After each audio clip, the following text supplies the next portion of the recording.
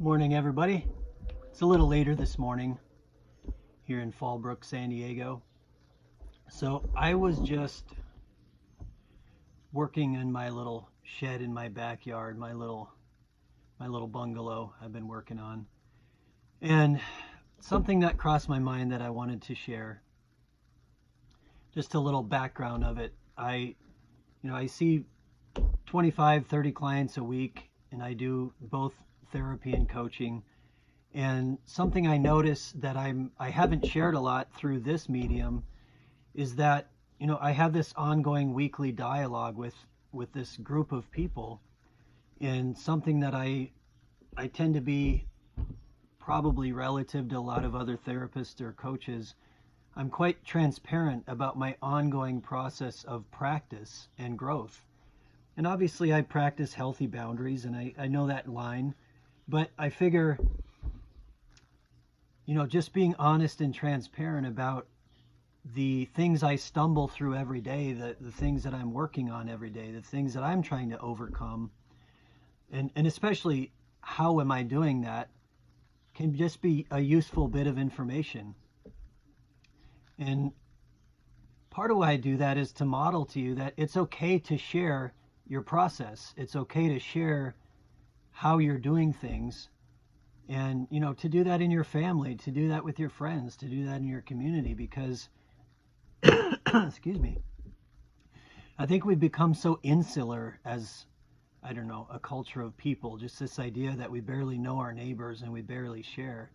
And just the point is that you're not being self-righteous or sanctimonious to just share how you're stumbling through things and maybe what you're learning along the way.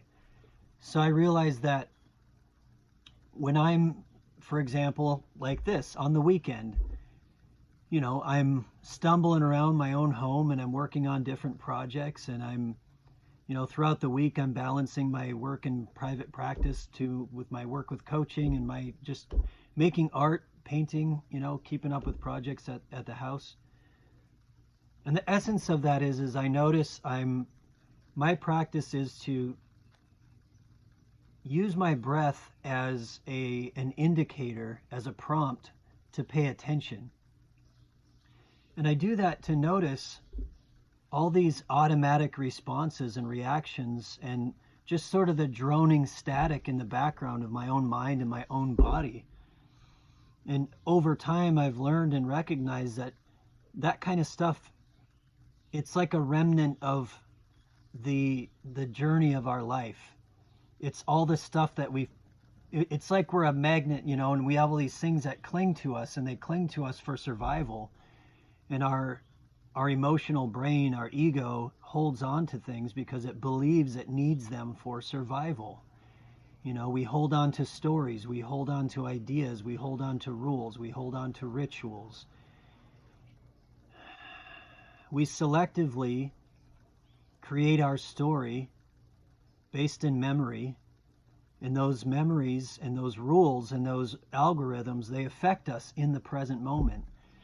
So I recognize that part of my daily practice, whether I'm, putting up insulation in a shed, or whether I'm making art, or whether I'm working with people, or whether I'm, being a dad to my own children, is to constantly work on refining how I respond, how I act, how I interact, how I respond even to myself. And it's not to be obsessive about that, and it's not has nothing to do with the idea of being not good enough. It's just understanding that we are constantly writing the code for how we perceive and how we see the world. We're constantly updating our mind and our body for how we automatically perceive and react to the world. But we don't really recognize that because we get into such habitual patterns that we do things so automatically. We don't realize, we're creating and sustaining our reality every day because of our practiced and habituated patterns. So to cut to the chase, what I was noticing and feeling and realizing as I was working on the shed, I had a moment and I sat down and paused. I ran out of some materials, and I notice automatically my mind goes to what's next? What's next on my to-do list? What's next on the to-do list? What should I get into next? And you realize that it's a feeling of anticipation. It's not a feeling that I really like that much of what's next, what's next, what's next. Instead of just, take a breath, slow down, pause, reflect. I don't want my lifetime to be a string of what's next to do. So I sat in my little shed. I was just sitting in a chair. You don't have to get down on the floor. You don't have to get fancy about it. You don't have to feel like you need to know what you're doing. And I just sat in the chair and I meditated for about 10 minutes. What does that mean? It means I just focused on my breath and I let go.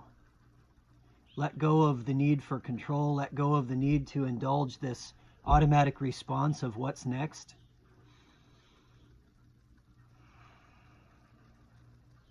And when I do that, I always get something new, or I'm reminded of something every day when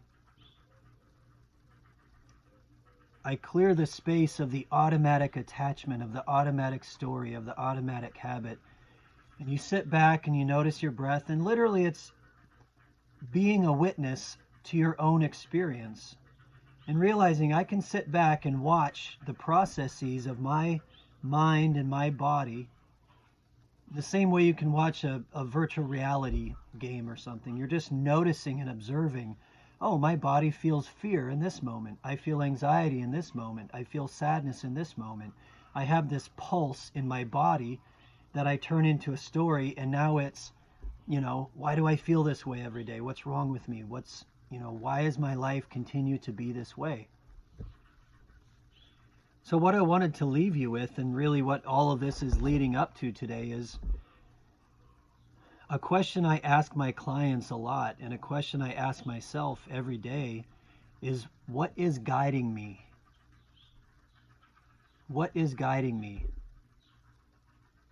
And what that means is, when I sit back and I observe and I breathe and I'm the witness to my present moment, what is actually driving my behavior? Over many years, over 15 years or so of practicing this thing we call mindfulness, and progressively just realizing that's just being with your breath and noticing the difference between the body and automatic responses and the ego and the mind and this deeper witness, this observing self, your soul, what have you.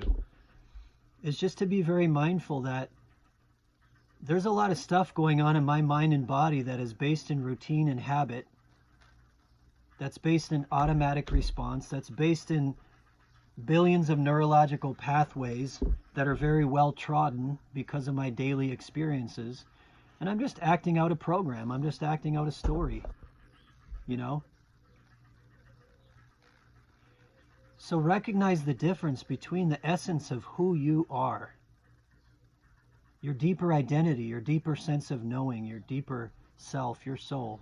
Recognize the difference between that and the sensations in your body, and how those sensations translate into thoughts and into emotions and into ideas and beliefs, and how suddenly we're acting out a story, how suddenly we're telling ourselves a story that perpetuates itself. Also, our individual story ends up being co-created and interconnecting with other stories out there. And now we have this almost, with the day and age where we are exchanging things in this medium, suddenly we're co-creating almost in real time all the time by what we post in social media, by how we respond, by how we react. It starts in here as a pulse. And that pulse gets turned into a story, and that story becomes how we see the world and how we perceive reality and how we co-create together. Pretty soon we're co-creating from a place of fear. So what guides you? That's what I was just asking myself about 10 minutes ago. What is guiding me in this moment? I'm doing one thing, I'm working on my shed, I run out of materials, and automatically my brain goes, what's next? What do I need to do to make things better? I recognize that's an automatic process based in my ego, which is the practiced and attached self. And I have to ask, do I really want to act out this automatic story? Do I need to go on to what's next? Or can I just sit here? Can I just be? Can I just notice my breath? Can I notice the sounds around me and the environment around me? Be with my children, you know? And if the answer is, yeah, I do want to go on and work on the next project, then I want to do that mindfully. I want to do that deliberately. So the essence of that is, do you want to be guided by autopilot? Do you want to be guided by habit? Do you want to be guided by the automatic tendency to tell a story about what you're sensing in your body? Or do you want to slow down, take a moment, listen to your breath, notice the difference between being in your thoughts and observing the sensation of your thoughts,